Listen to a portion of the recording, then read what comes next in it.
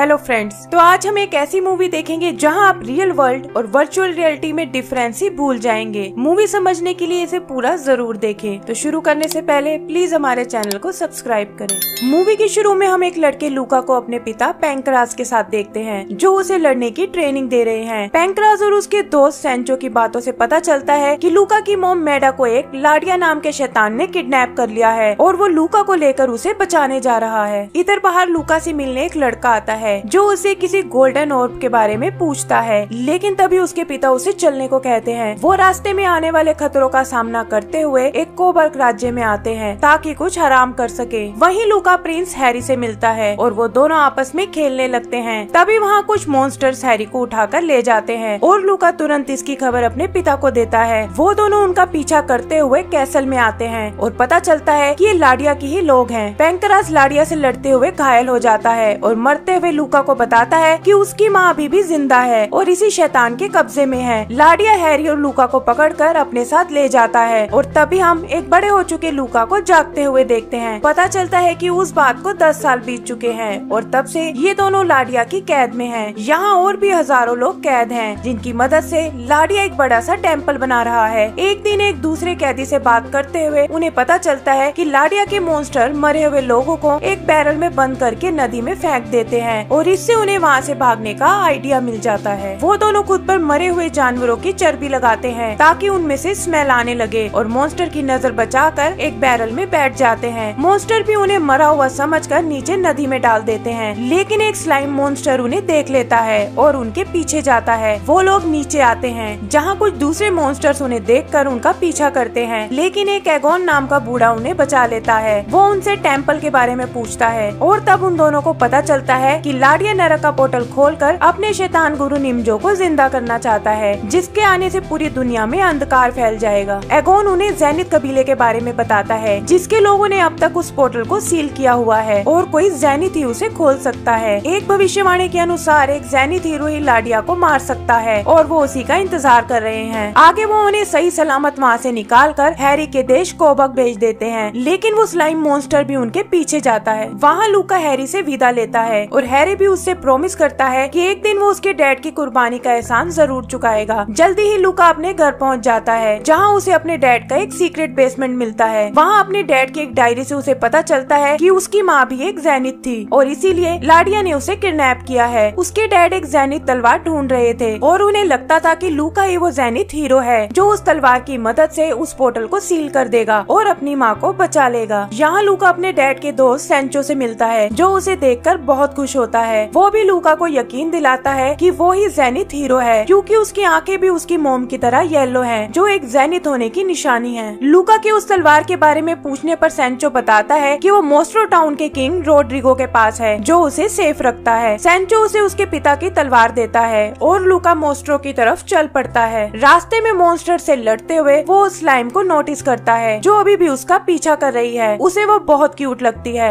और वो उसे अपने साथ रख लेता है। आगे बढ़ते हुए एक गुफा में उन्हें एक बड़ा सा शेर मिलता है और वो उससे डरकर भागने लगते हैं, लेकिन पता चलता है कि ये कोई और नहीं बल्कि उसके बचपन का दोस्त पर्सी है, जो उसे पहचान गया है। जल्दी ही वो तीनों मोस्ट्रो पहुंच जाते हैं, लेकिन देखते हैं कि वहाँ पूरे शहर में तबाही मची हुई है। नीचे आकर उन्हें पता चलता है कि एक बड़ा सा शैतान मॉन्स्टर ब्योन उनके टाउन पर कब्जा करके यहाँ पास बनी एक पहाड़ी पर रहने लगा है। यहाँ के किंग रोड्रिगो ने ऐलान किया है कि जो भी उस मॉन्स्टर को हराएगा वो उसे अपना वारिस बनाकर उसकी शादी अपनी बेटी नीरा से करा देंगे। लूका किंग से मिलने जाता है, जो उसकी पीली आंखों को देखकर समझ जाता है कि वही ज़ेनिथ हीरो है। वो उसे ज़ेनिथ तलवार देने के लिए तैयार हो जाता है, लेकिन वो देखते हैं कि ब्योन पहले ही उस तलवार को ले गया है। यहाँ लूका नीरा से मिलता है, जो उसे अपनी जान मुसीबत में डालने से मना करती है, लेकिन लूका खुद को प्रूव करने के लिए अपने दोस्तों के साथ ब्योन की तरफ चल पड़ता है। जल्दी ही उनकी हालत देखकर हमें समझ आता है कि उसे हराना इनके बस में नहीं है। हारे हुए वो टाउन के एक बार में आते हैं, जहाँ एक मिस्टीरियस लड़की लूका को अपने स्पेल से ठीक कर देती है। पता चलता है कि वो लूका की बचपन की दोस्त बियांका है, जिसके साथ वो खेला करता था। उसे लूका की प्रॉब्लम का पता चलता है और वो ब्योन को हराने में उसकी मदद करने जाती है। जल्दी ही वो सब उस तक पहुँच जाते हैं, जहाँ उन्हें वो ज़ेनिथ तलवार दिखती है। इससे पहले कि वो उसे ले पाए, ब्योन जाग जाता है और उन पर हमला करता है। वो उससे बचकर भागने लगते हैं और इसी बीच स्लाइम और पर्सी उस तलवार तक पहुँच जाते हैं। बियांका तुरंत उसे लूका को देती देती है ताकि वो बियोन को खत्म कर सके। यहाँ हम देखते हैं कि लूका बहुत कोशिश करता है लेकिन उस तलवार को नहीं खोल पाता। वो सब समझ जाते हैं कि लूका वो जेनिथ हीरो नहीं है और खुद को बचाने के लिए वहाँ से बाहर भाग जाते हैं। बियोन भी उनका पीछा करता है और टाउन में तबाही मचाने लगता है। लूका को याद आता है कि गुफा में लड़ते वक्त बियोन अपनी तीसरी आंख बचा रहा था और शायद वो ही उसकी कमजोरी है। वो एक बार फिर उससे भिड़ जाता है और काबू में करके उसे मारने की धमकी देता है। बियोन उससे माफी मांगता है और कहता है कि अगर वो उसे छोड़ दे तो वो एक दिन उसके काम जरूर आएगा। आगे लूका बियांका को अपनी और नीरा की शादी के बारे में बताता है और बियांका उसकी नीरा को प्रपोज करने में हेल्प करती है। नीरा नोटिस करती है कि लूका और बियांका के बीच एक अनोखी दोस्ती है, जैसे कि वो एक दूसरे को पसंद करते हों। उस रात एक बीच लूका के पास आती है और कहती है कि उसे अपना डिसीजन दिल से लेना होगा। वो उसे एक काढ़ा देती है जिसे पीने के बाद वो अपने दिल की सच्चाई जान जाएगा। लूका वो काढ़ा ट्राई करता है और देखता है कि उसके दिल में नीरा नहीं बल्कि बियांका है। वो नीचे देखता है जहाँ बियांका भी बहुत उदास बैठी हुई है। अगले दिन लूका किंग से माफी मांगता है और बताता है कि वो नीरा से शादी नहीं कर सकता। वो उसे जेनिथ तलवार भी वापस देता है और कहता है कि वो जेनिथ हीरो नहीं है। रोड्रिगो को गुस्सा आता है लेकिन उसकी बहादुरी देखकर वो उसे जेनिथ तलवार दे देता है ताकि वो असली हीरो को ढूंढकर उसे ये दे सके। वो उसे यह भी बताता है कि लाडिया से लड़ने में उसकी मदद एक ड्रैगन कर सकता है जो एक इंसान के बेस में छुपा हुआ है। वहाँ से निकलकर लूका बियांका को प्रपोज करता है और वो दोनों शादी कर लेते हैं। यहाँ पता चलता है कि वो काढ़ा देने वाली भी असल में नीरा ही थी जो उन दोनों को मिलवाना चाहती थी। इधर एक सीन में हम लाडिया को देखते हैं जो लूका की मोम के कवच को तोड़ने की कोशिश कर रहा है और कहता है कि जल्दी ही वो इतनी पावर हासिल कर लेगा कि उसे कवच से बाहर निकाल सके। उधर तलवार लेकर लूका और बियांका वापस अपने घर आते हैं जहाँ कुछ समय बाद उन्हें एक बेटा एलिस पैदा होता है। पता चलता है कि उसे वो जेनिथ हीरो अभी तक नहीं मिला जो उस तलवार को चला सके। एक दिन लाडिया के कुछ मॉन्स्टर उस तलवार के लिए उन पर हमला करते हैं और वो लोग बचकर भागने लगते हैं। जहाँ लूका एक मॉन्स्टर से लड़ते हुए एक होल में गिर जाता है। बियांका एलिस को सैंचो को देकर उसकी मदद के लिए जाती है लेकिन एक मॉन्स्टर उसे बेहोश कर देता है। तभी लाडिया वहाँ आकर बियांका को पकड़ लेता है। लूका किसी तरह बाहर निकलकर उसे बचाने आता है लेकिन लाडिया कहता है कि तलवार की जगह अब उसे और भी नायाब चीज मिल गई है। ये कहकर वो लूका को एक पत्थर में बदल देता है और बियांका को अपने साथ ले जाता है। यहाँ पता चलता है कि बियांका भी असल में एक जेनिथ है लेकिन वो खुद भी ये नहीं जानती। लाडिया उसे बताता है कि एक जेनिथ होने के कारण वो टेलीपैथी से मैडा से बात कर सकती है और उससे मैडा से वो स्पेल पूछने को कहता है जिससे पोर्टल को खोला जा सके, लेकिन बियांका मना कर देती है और तब लाडिया उसे भी पत्थर में बदल देता है। देखते ही देखते 8 साल बीत जाते हैं और हम एलिस को देखते हैं जो कि एक मैजिकल छड़ी ढूंढ रहा है। वहाँ कुछ मॉन्स्टर से बचते हुए वो लूका तक आता है और उसे एक बार फिर जिंदा कर देता है। लूका उसे नहीं पहचान पाता और तब एलिस बताता है कि वो उसी का बेटा है जो सैंचो के साथ मिलकर उन्हें वापस लाने का तरीका ढूंढ रहा था। यहाँ कुछ मॉन्स्टर से लड़ते हुए लूका गलती से उसे जेनिथ तलवार देता है और देखकर हैरान हो जाता है कि एलिस उसे चला सकता है। वो समझ जाता है कि एलिस ही वो जेनिथ हीरो है जो लाडिया को हरा सकता है। आगे वो बियांका और अपनी मोम को बचाने जाता है लेकिन देखता है कि इसके लिए उसे उस जेनिथ ड्रैगन को ढूंढना होगा। वो मदद मांगने बूढ़े एगोन के पास आते हैं और पता चलता है कि वो ही जेनिथ ड्रैगन है लेकिन वो बिना अपने गोल्डन ऑर्ब के अपना रूप नहीं बदल सकता। वो उसे वो जगह दिखाता है जहाँ वो ऑर्ब गुम हुआ था और लूका को याद आता है कि बचपन में इसी जगह से उसे ऐसा ही एक ऑर्ब मिला था लेकिन अब वो कहीं गुम हो चुका है। एगोन उसे एक परी के बारे में बताता है जो उनकी मदद कर सकती है लेकिन वहाँ लूका को अकेले जाना होगा। लूका निकल पड़ता है और रास्ते में देखता है कि स्लाइम भी उसके साथ आ गया है। वो दोनों उस जगह पहुँच जाते हैं जहाँ उनका सामना कुछ रोबोट से होता है। लूका और स्लाइम अपनी चालाकी से उन्हें चकमा देकर किसी तरह उस परी तक पहुँच जाते हैं। वो परी उसकी मदद करने के लिए उसे एक बार वापस उसके बचपन में भेजती है ताकि वो वहाँ खुद से वो और हासिल कर सके। यहाँ हमें मूवी की स्टार्टिंग वाला सीन दिखता है जहाँ लूका किसी बड़े लड़के से बात कर रहा था। लूका वहाँ बड़ी चालाकी से असली ऑर्ब को परी के दिए नकली ऑर्ब से बदलता है और एक ड्रैगन बने एगोन के साथ लाडिया के टेम्पल तक आ जाता है। वहाँ एलिस जादुई छड़ी से अपनी मोम बियांका को ठीक करता है और वो उसे देखकर बहुत खुश होती है। बियांका बताती है कि मैडा ऊपर लाडिया के महल में है और वो सब उस तरफ चल पड़ते हैं। तभी लूका को अपनी माँ की आवाज आती है जो उसे वहाँ से वापस जाने को कह रही है। वो कहती है कि लाडिया बहुत शक्तिशाली बन चुका है और वो लोग उसका मुकाबला नहीं कर पाएंगे। तभी लाडिया फाइनली मैडा का कवच तोड़ देता है और ये देखकर लूका और बाकी लोग तुरंत उसकी मदद को आते हैं। लाडिया उन पर हमला करता है लेकिन एगोन किसी तरह उन्हें नीचे ले आता है। यहाँ मरती हुई मैडा लूका को कहती है कि वो बस उसे ही देखने के लिए जिंदा थी और अब ये स्पेल हमेशा के लिए उसी के साथ खत्म हो जाएगा। तभी लाडिया के मॉन्स्टर उन पर हमला करते हैं और वो सब मिलकर उनसे लड़ने लगते हैं। एलिस जैनी तलवार की मदद से लूका और बियांका की मदद करता है, लेकिन जल्दी ही वो समझ जाते हैं कि वो इतने सारे मॉन्स्टर्स का मुकाबला नहीं कर पाएंगे। तभी वहाँ एक शिप आता है और पता चलता है कि हैरी अपनी सेना और बियोन के साथ उनकी मदद को आया है। वहाँ एक भयानक लड़ाई शुरू हो जाती है और जल्दी ही लूका लाडिया को घेर लेता है। वो उसे मारने की कोशिश करता है, लेकिन उसकी तलवार लाडिया के कवच को नहीं तोड़ पाती और तभी एलिस अपनी ज़ेनिथ तलवार के साथ आता है। वो दोनों मिलकर लाडिया को मार डालते हैं, मगर देखते हैं कि वो अभी भी जिंदा है। लाडिया जो बहुत पावरफुल बन चुका था, मैडा की बॉडी की मदद से वो पोर्टल खोल देता है, लेकिन अपने शैतान मालिक निमजो को लाने के लिए उसे अपनी बलि देनी पड़ती है। पोर्टल को खुलता देख एलिस समझ जाता है कि उसे ही अपनी ज़ेनिथ तलवार से इसे बंद करना होगा। यहाँ बियोन उसे ऊपर उछालता है और एलिस उस तलवार को पोर्टल में फेंक देता है, जिससे वो बंद होना शुरू हो जाता है। उन्हें लगता है कि शायद वो जीत गए, लेकिन तभी वहाँ लूका को छोड़कर बाकी सब कुछ फ्रीज हो जाता है। लूका कुछ समझ नहीं पाता और तभी पोर्टल से कोई नीचे आता है। लूका को लगता है कि शायद ये निमजो है, लेकिन वो साया बताता है कि ये सब कुछ जो वो देख रहा है असल में एक गेम है और वो एक वायरस है। लूका को यकीन नहीं होता और तब वायरस उसे दिखाता है कि कैसे यहाँ सब चीजें नकली हैं और सिर्फ कंप्यूटर प्रोग्राम से बनी हुई हैं। वो लूका को उसकी रियलिटी में भेजता है, जहाँ हम देखते हैं कि वो एक नॉर्मल लड़का है जो ड्रैगन क्वेस्ट नाम की एक वर्चुअल गेम खेल रहा है। वायरस उसे कहता है कि तुम इस गेम को इतना पसंद करने लगे कि रियल और वर्चुअल दुनिया में डिफरेंस करना ही भूल गए और अब मैं तुम्हें यहाँ से वापस भेजने आया हूँ। वायरस उसे खींचने लगता है और तभी स्लाइम उसके आगे आ जाता है। स्लाइम लूका को बताता है कि वो असल में इस गेम का एंटीवायरस है और उसे बचाने आया है। वो लूका को एक तलवार देता है, जिसे यूज करके लूका वायरस को खत्म कर देता है। उसके मरते ही गेम में सब कुछ एक बार फिर पहले जैसा हो जाता है और लूका अपनी फैमिली से मिलकर बहुत खुश होता है। आगे गेम में लूका हैरी और बियोन से अलविदा लेता है और अपनी फैमिली को लेकर वापस अपने गाँव आ जाता है। एंड सीन में हम उन सबको एक पहाड़ी पर खड़े हुए देखते हैं, जहाँ लूका कहता है कि ये गेम उसे अपनी रियल लाइफ से भी ज्यादा पसंद है और इसी के साथ हमारी मूवी खत्म हो जाती है। तो दोस्तों, अगर आपको ये मूवी पसंद आई हो तो प्लीज हमारे चैनल को सब्सक्राइब करें। Thank you.